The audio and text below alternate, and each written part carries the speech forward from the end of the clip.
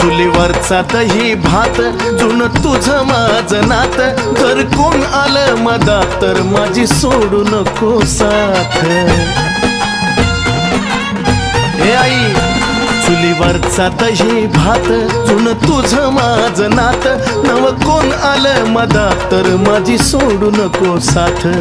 तुझ्या हातून घास भरव ग तेच मला बास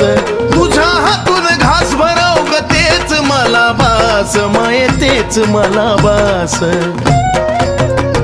मग त्यावरी मी पुनवाचा सोडीन उपास माये सोडीन उपास